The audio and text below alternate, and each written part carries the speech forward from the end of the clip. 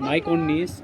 मैं 94% आया और मैं क्लास में सेकंड आई हूँ। मेरी तारीफ भी करी और मुझे चॉकलेट भी दी। वेरी गुड बेटा, बहुत अच्छे।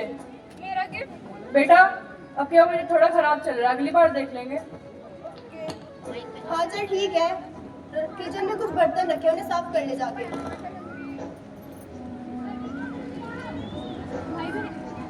भाई बहन के रिश्ते में कुछ खटास तो होती ही है, लेकिन क्या होगा अगर माँ बाप बच्चों में फर्क करके उस खटास को जहर में बदल दें। छोड़ ये मुझे दो। छोड़, ये मेरी चॉकलेट है। छोड़, क्या हो गया? छोड़। क्यों लड़े हो दोनों? मम्मा ये मुझे चॉकलेट नहीं दे रही। तू बड़ी बहन होकर छोटे भाई को चॉकलेट नहीं दे सकती?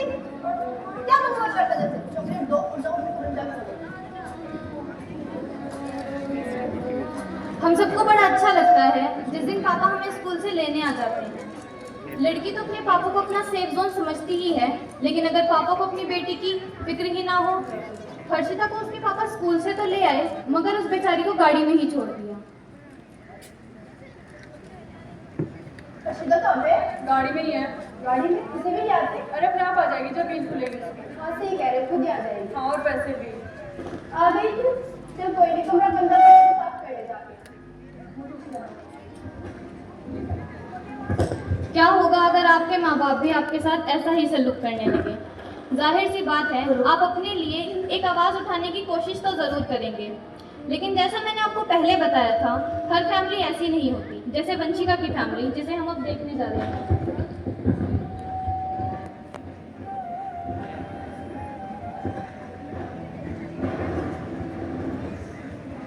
बच्चों ये लो। मम्मा कोई बात नहीं बच्चों, कह रहे हो अगर किसी चीज की जरूरत है तो बोल देना। जो माँ सारी चीजें अच्छा चलती है। हाँ पापा चलो भगवान को। हम ऐसा सोचते हैं कि हमारे घर का माहौल अच्छा रहे, जिससे बच्चों की परवरिश अच्छी हो। सुनिए, मेरे पास डॉक्टर का फोन आया था। क्या कह रहे थे? कैसे अब डॉक्टर कह रहे थे कि अब हमारी बेटी ने बहुत जल्दी रिकवरी करनी। नहीं, डॉक्टर कह रहे थे कि ऐसे मेजर एक्सीडेंट में तो लोग कोमा तक भी चले जाते हैं और हमारी बेटी ने तो बहुत जल्दी रिकवरी करनी। अच्छी बात है। और हर्षिता, जो बेचारी पढ़ाई में अपना ध्यान ही नहीं दे पा रही, एक अकेलापन और माँ बाप के प्यार की कमी उसे अंदर ही अंदर खाए जा रही है। मम्मा देखो, मेरे एक इम्पोर्टेंट कॉल है, मैं बाद में देखूंगी। पापा देखो। बेटा रुको अभी। मम्मा देख मम्मा मेरे 92% आए हैं। अरे वाह वेरी गुड। और तुम्हारा क्या रहा? 86%। 86%। तुमसे बच्चे लोग उनके लिए कैसे कर सकते हो? मैं पढ़ना लिखना तो है ही नहीं, वो पूरा दिन तुम हर्षित के साथ लटके रहती हो।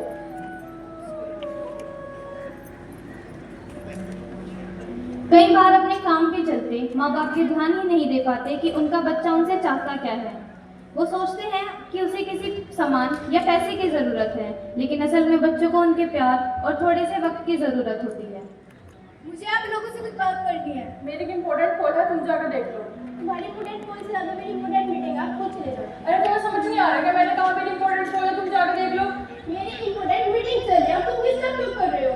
आप खुद क्यों नहीं चले जाते? देखिए, आपकी बेटी कोमा में जा सकती है, डिप्रेशन में जा सकती है, और आप दोनों का ये हाल है। जिंदगी में बेटा ही नहीं, बेटी भी जरूरी है। और मैं आपकी फैमिली को कई सालों से जानती हूँ। रही बात हर्षिता की, हर्षिता हमेशा से ही पढ़ने में बहुत अच्छी रही है। क्या आप लोगों ने सोचा है उसका रिजल्ट इतना खराब क्यों आ रहा है? आप दोनों के इस व्यवहार के कारण उसके दिमाग में बहुत गहरा असर पड़ा है। प्लीज उसका ध्यान रखिए। शायद डॉक्टर सही कह रहे हैं, हमने अपने काम के चलते हर्षिता का बिल्कुल ध्यान नहीं दिया। लगातार खराब आ रहा है। हाँ अब हमें हर्षिता पर ध्यान देना चाहिए, आखिर रहता तो हमारी बेटी ना। आप सही कह रहे हैं। खैर, इन माँ बाप को ये तो रियलाइज हुआ कि वो अपने बच्चों में कितना फर्क कर रहे थे। अब शायद वो अपने आप को बदले भी और इनकी फैमिली भी एक हैप्पी फैमिली बन जाए। मम्मा लाओ मुझे दे दो। नहीं मैं खुद करूँगी, तुम जाओ पढ़ाई करो। हर्षित, हर्षिता कहाँ हो दोनों? बाहर आओ। ये तो तुम्हारा बेटी। हाँ तुम्हारे बेटी। थैंक यू पापा। अब इन्हें समझ आ चुका है कि बच्चों में भेदभाव नहीं बल्कि बराबरी ही असली परवरिश है, जो शायद हर घर में होनी चाहिए।